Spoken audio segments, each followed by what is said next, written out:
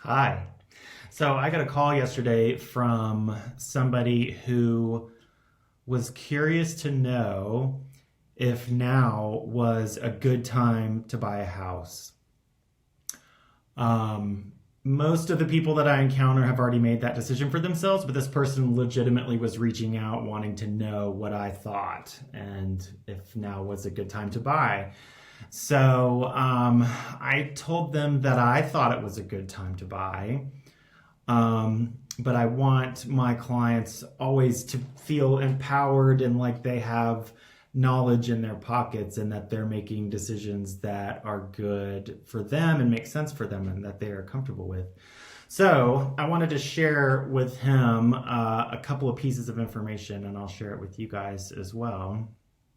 Um, First is a chart.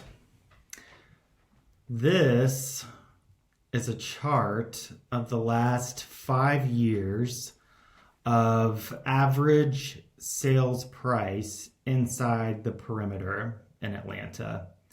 So, as you can see, it's pretty obvious, even if you're not a numbers person or somebody who, looks at charts of graphs very often. It's pretty easy to look at this chart and glean the information from it. This is kind of incredible how much home prices have increased in the city in the last 5 years. Down here in like January of 2015, you're a little bit lower than an average price of 340,000. And then you've got January of 2020, you're all the way up at 440,000. So that's quite an increase in the last 5 years.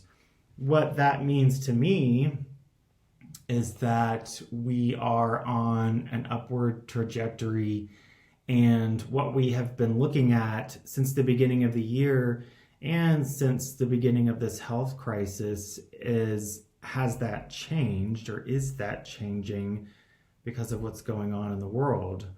A lot of people are feeling this crisis in a really big way, whether or not they've, God forbid, they've gotten sick, or somebody in their family has gotten sick, or if they've lost their job, or something like that. So all of those things would make you question, so what's going on in the real estate market? Has that changed?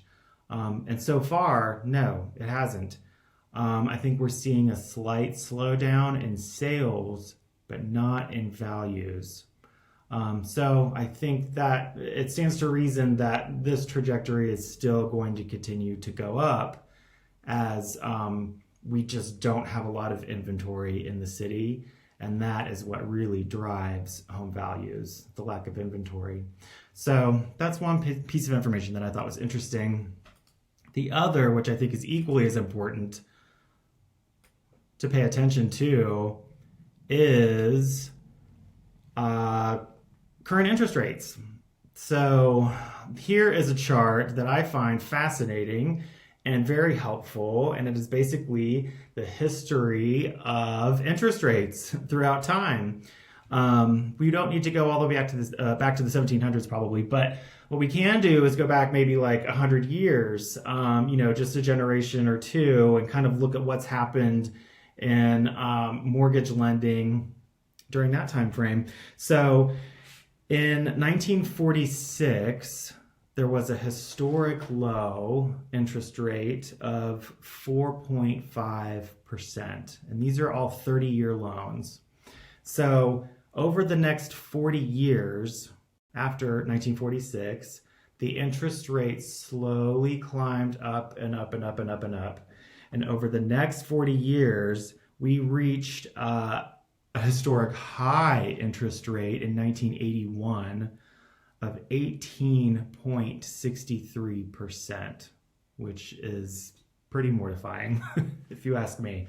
Then the interest rate started to tick down over the next 40 years. So you had a 40-year upswing and then a gradual 40-year downswing.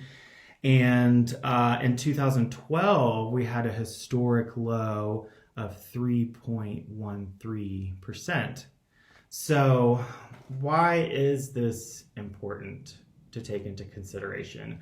Right now, as of this recording, In the last couple of weeks, with the volatility of the stock market, interest rates have bounced around a lot, and they've swung from like 3.5% to 5.5% and back and forth.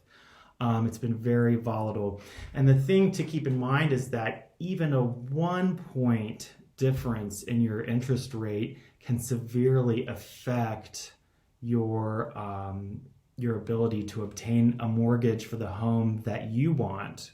So, for example, a monthly payment on a $300,000 house with a 3.5% interest rate is about $1,078 a month. So let's try to stick to that budget. Let's say that's comfortable for the buyer, $1,078 a month, $300,000 house. What if the interest rate swings all the way up to 4.5% instead of 3.5?